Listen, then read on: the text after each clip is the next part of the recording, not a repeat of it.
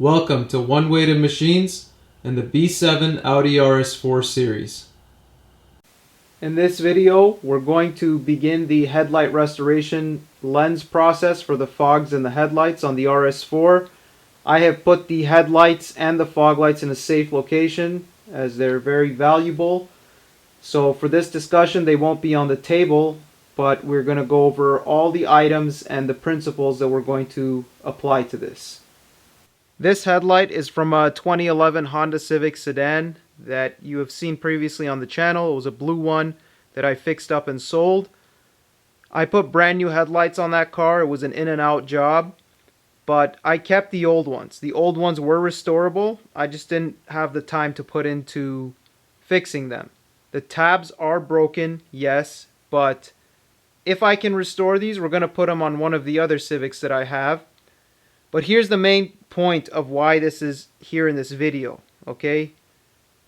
Doing wet sanding on headlights by hand takes a lot of patience, okay? I know of people that use small rotaries, electric, but I personally don't because water flow is very important to not get scratches, okay? And I can control the water flow better doing it by hand.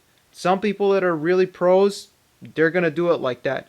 If you have more confidence and less patience, you can try something like that. But I do it by hand, especially for items like those fog lights on these RS4s, which I doubt you can even buy easily nowadays.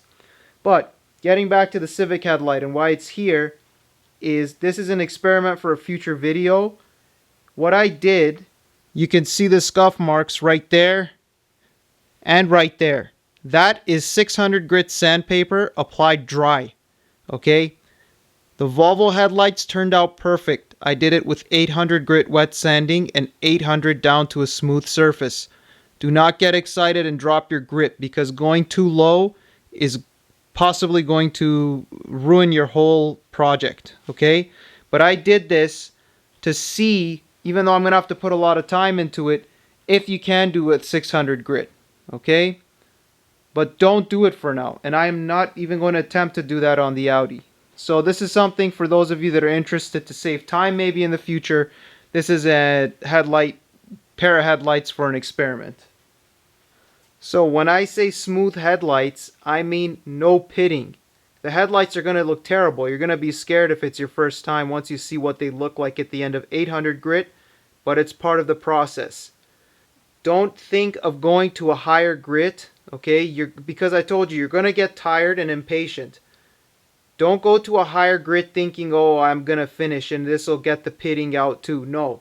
If you go up to the higher grit is to get out the lower grit. Okay? It's not going to help you get any more pitting out. If you have pitting, you keep looking at it.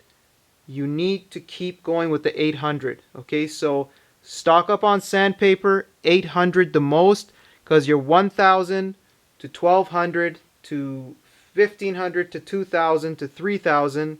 You don't even really need 3000. 2000 is usually good enough. But even 1200, you don't necessarily need it. You can jump from 800 to 1000 to 15 to 2000.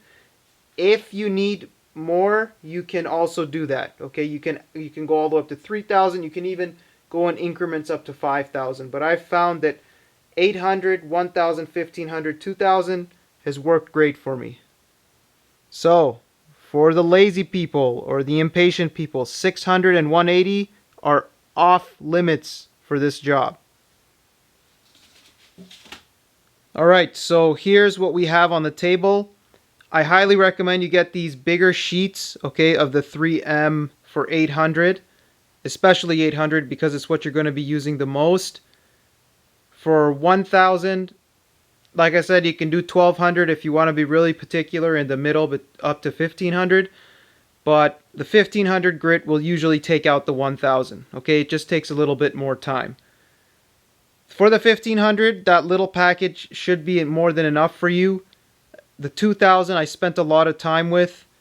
So you can get them in either quantity, but if you can get them all in big squares and store them, I've had these packages for a little bit of time and I've done multiple jobs with them. So this is what you're looking for. 3M is what my go-to. I'm sure there are other good brands too, but for a job as sensitive as these headlights, if you want to do it, use my stuff, okay? So that you know it works, and 3M is a good brand.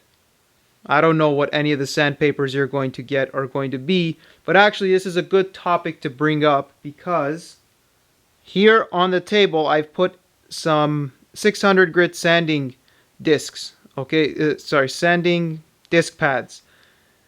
Now I've done body work in the past, and trust me, when you want to get professional supplies from a professional body shop and you're not a body shop, man, they will give you a hard time until they actually tell you even what their best products are and allow them to sell it to you, because some things they don't like selling to the public. This stuff is what they gave me at the beginning, this brand of 600 sandpaper. And it's absolute trash compared to, say, even a 600 that I could get from a local parts store for 3M. So if you go to a body shop to get stuff, don't think you're necessarily going to get something better than, say, a Canadian Tire or one of the other suppliers that you're going to get, because those guys are trying to save money and they're going to have multiple lines of quality and knowledge as to what's good and bad and what they can get away with selling to the public to put a dollar in their pocket. So sandpaper quality is important. It's a good thing I saw that. Good old dishwashing sponge, Scotch-Brite. I'm not a fan of this, okay? Especially if you're doing headlight resto on a car with paint. If you wrap your sandpaper around this and you slip past the headlight, the green side will damage the paintwork. And trust me, when you're tired and that it's all sloppy with the water and everything, you're gonna slip up, okay? And even if it's not on the car, the green side of the Scotch-Brite, if it's not wet enough and you're pressing too hard and it slips on the sandpaper, which it can and will, can also put more scratches into your headlight that you're going to have to work more to get it out. So, for me, no Scotch-Brite. You can use it, you might be fine just using it, but there are better alternatives. So, if you're working in your garage, these two are my go-tos. It's a combination of both, because like I said, you get pretty tired if you go for a long period of time if you're doing it by hand. And this little cup I've kind of taken from the kitchen and it's dedicated for this. Alright, look inside. If you can see, that's all residue from headlight. Okay, that white residue that comes off of it, and it's all packed in there from every time that you dip your fingers in here and you transfer water over to the headlight lens as you're sanding. The cup is a bulk pickup and you put it on the headlight. Now, you could use a bowl, you could use a pitcher. I just found that this takes up less space on my table and it's more than enough water to put on my headlight for a session when I am doing some wet sanding. The spray bottle is also very helpful, okay? When you're in the stages, especially with once you get to 1500 and 2000, the water stays on. It doesn't fly off like it does with the 800 grit. So the spray bottle is good. You can even use the spray bottle for the entire process. Okay, I just found that this gets more bulk water in because I'm really careful with not letting my headlights get dry at any point in the process. So either one of these or a combination of these two is good to have. So here is the alternative to the Scotch-Brite. It's just a piece of gym mat foaming, okay? These are those interlocking mats. This was obviously a square before, but I've cut pieces off of it for different reasons. What I like about this a lot is you can cut a custom piece of foam, okay, to what's comfortable in your hand. And this picks up some water itself, so unlike the Scotch-Brite, it's not going to have any abrasive tendency. And it's very flexible, okay? Regardless of how weird the protrusions on any headlight that you're doing are, the flex that this has just rides over the headlight very nicely, and you can apply good pressure. And the main point for this is so that your fingers don't put too much pressure in and scratch the headlight. This is a lot more what I'm saying in terms of body work for paint work. This is important to have proper sanding pads and blocks, but even for headlights, depending on the quality of the lens that's on the outside, this is an important point. So all of your wet sanding, do it with a cut piece of pad. So I usually just cut like a little triangle or a trapezoid. Once we get to that point, you guys will see what I'm using when I finally cut this. But small pieces of this, that's my go-to. And I wrap a piece of sandpaper around it. And the beauty of that is actually, okay, now that I'm making the video, I'm remembering things, okay? You see how that sandpaper is in there? Imagine it with a piece of this foam around it. So you can literally grip the sandpaper and the foam and dip it all in together and bring it out, and you just keep going, okay? This will all be more clear once we start actually the process. Gloves are very important, okay? This residue is just going to keep coming off, and it's going to go onto the floor, it's going to be on the table, and it'll get on your skin, okay?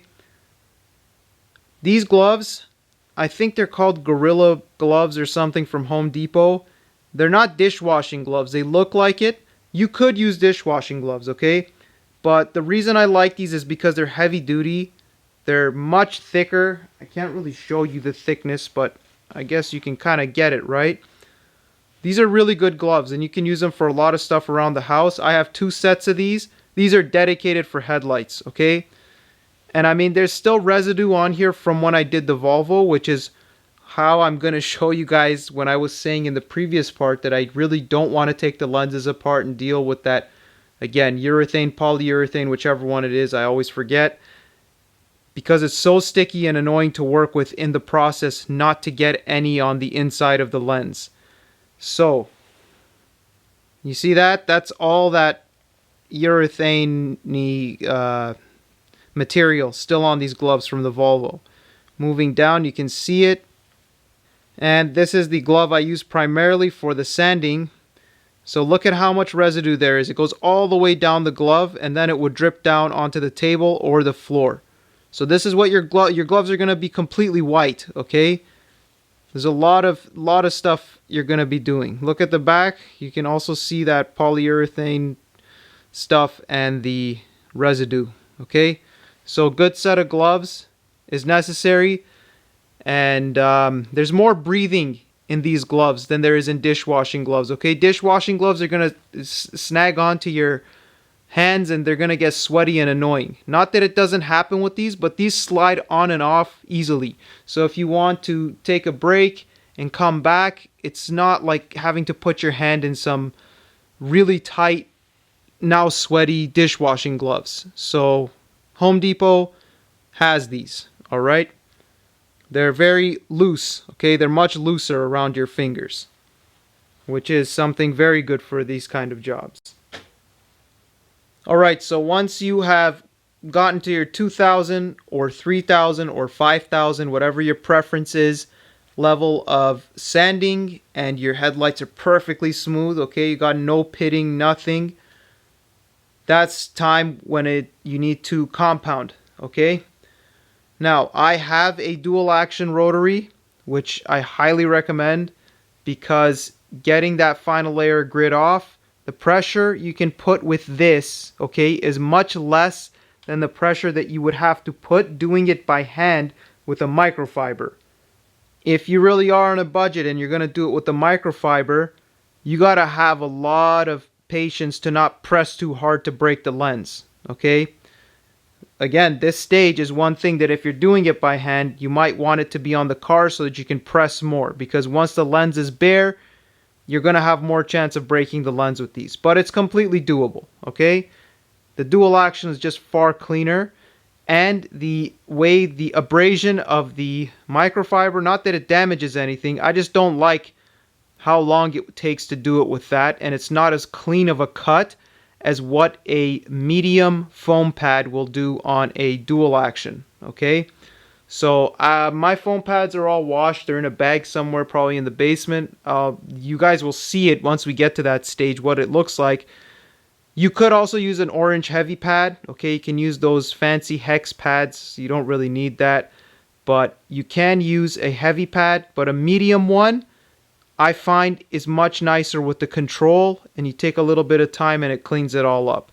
I might have used a heavy pad in the past, I can't remember, but one advantage that you Americans have is there's no rules against heavy chemicals being sold to the public. So if you go to a detail shop, you can get some really good heavy cut compounds. Meguiar's has a couple of them. I can't remember. It was a while since I was there. But yeah, you have easy choices there in the US for good heavy cut compounds quality. Now, here in Canada, we have this water-based Sonax stuff. Okay, this is just a cut and finish 5 and 5. I'm pretty sure this is what I used on the Volvo. I can't remember. I might go through the pictures. I might not. Might not even have the pictures. But the Sonax stuff is actually surprisingly strong. Okay, for what it is being water-based. Okay, it's not, I think, silicone-based. I can't remember my chemistry of these things. It's been a little while. But the Sonax is good and it doesn't damage things. Okay, so if you're a noob, use Sonax. This product here from Pace is a heavy cut compound. This is a professional body shop brand. Okay, this stuff is really good and strong. If you can get your hands on it, use this. Okay, either one of the two are going to do the job of clearing the headlights, so you don't necessarily need this. If for some reason your headlights still need more sanding, it's okay after the compounding stage to really clean off all the compound residue and get back to your wet sanding. Okay? You want to do the job right. Now after this, you want to very carefully take them to a professional wrapping place to put the SunTech clear coating on. Okay? Protects both from the sun and from rock chips so that you don't get hazing afterwards, okay? Because the lights will yellow afterwards. You are taking off the factory clear coat that comes with the headlights on the car. Once that protection's gone, they're going to turn yellow very quickly if you don't protect them. I highly recommend against sprays, okay? Sprays on anything with light is going to cause light refraction. I don't care how much it protects it. It's bad. Don't do it, okay? Films properly applied are the best thing in this case. These things will be more clear once we get started on the actual job, but when you take the headlight lens off, that material, the urethane / polyurethane, it's one of the two, I gotta remember which one it is, but you know which one it is. Leave it, okay? Leave it on the headlight side as much as you can. You don't want to clean up that side, okay? It's in the grooves, it's already there, it's fine. Unless you have some kind of crazy dirt buildup, which I doubt you do. But because when you take off the lens side, okay, you're going to have to first clean that off nice. And absolutely do not use anything like a solvent or a brake cleaner or anything like that, okay? We all make silly mistakes. Just wash it with a little bit of soap and water, take it in the sink. If it takes too long, doesn't matter. Get it clean, get all of that residue and material off of the lens before you start. You don't want it to contaminate your sandpaper, and you also don't want it to get stuck inside your sandpaper and scratch the lens, okay? This stuff sounds easy, but I'm telling you, something gets between your sandpaper and your water, you can start making things worse. I'm thinking more along paint on cars, okay? Headlight lenses aren't that bad, but these principles are still very good to exercise when you're doing this job too to get the best results. In terms of those fog lenses, you guys saw how pitted they are. And because they're so low and almost all of these cars are on coils, these B7 RS4s, they're all going to be nasty. They're going to have little rock chips all over them, okay? That's going to take tons and tons of 800 grit. Okay, just don't lose your patience when you're doing those because that's going to take a lot longer than the headlights. I can already imagine. I haven't done the fog lights on the Volvo, so I can't tell you too much about what these fog lights are going to be like. And once we do get into the actual process, it's a difficult one to film alone because your hands are so dirty, but I'm going to get as many clips as I can in and show you guys what I'm applying to the actual headlight. And I'm going to keep a log, okay, of my time in and out for sanding each one of those lenses and the fog lights, so that you can have an idea, if you're going to do it by hand, how long it'll take. Maybe your pace will be a little slower, faster than mine, doesn't matter, but at least you'll have a reference point of how much time you have to put into it. Because the Volvo took me a long time, and I don't know if I can use that as a reference point to tell you guys how long this one would take. Okay? So, yeah, that's all the information for this video, and look forward to getting started on it in the next one.